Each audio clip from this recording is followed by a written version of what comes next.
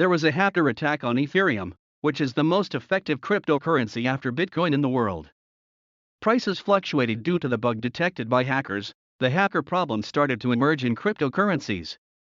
The second most preferred cryptocurrency in the world, Ethereum, had a bug problem that emerged during the update last week and was later enlarged by a hacker. Although Ethereum developers released a patch for the bug, more than half of the Ethereum network was affected and caused turmoil in the network.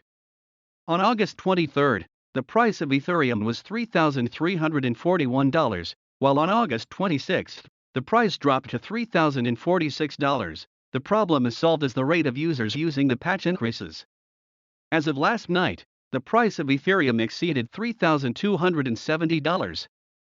As of 7:39, it is trading at $3,253. Ethereum is approaching a breakout that will be determined by this price level and is consolidating in its price action.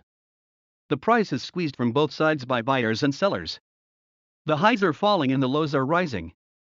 A breakout seems imminent and it will be critical to see if ETH can rally again towards the high border at $3,391.